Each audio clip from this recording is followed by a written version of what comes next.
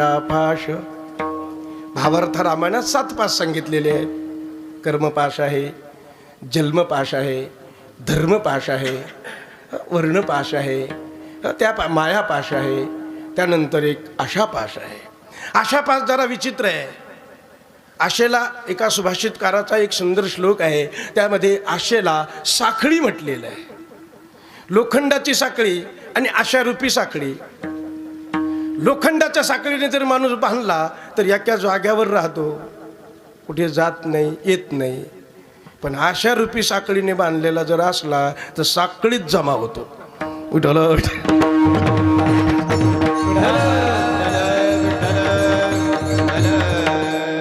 आशा आहे, ही आशा कुठं नेऊन घालून सांगता येणार नाही.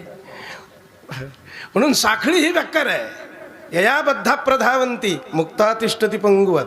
अशा आपल्याला मुक्त व्हायचंय का, तर संसाराची आसक्ती जीवनात नसावी असं सगळे शास्त्र आणि संत हे सांगतात. मग संसाराची आसक्ती नसणं हे जीवनातलं जर इति कर्तव्यता असेल, तर कथा कीर्तनादी करून जीवनामध्ये कुठली आसक्ती जर असेल तर ते सुद्धा यया बद्धा प्रधावंती याच्यातच बसत आहे. म्हणून आशा ते समूळ खणून काढावी तेव्हाची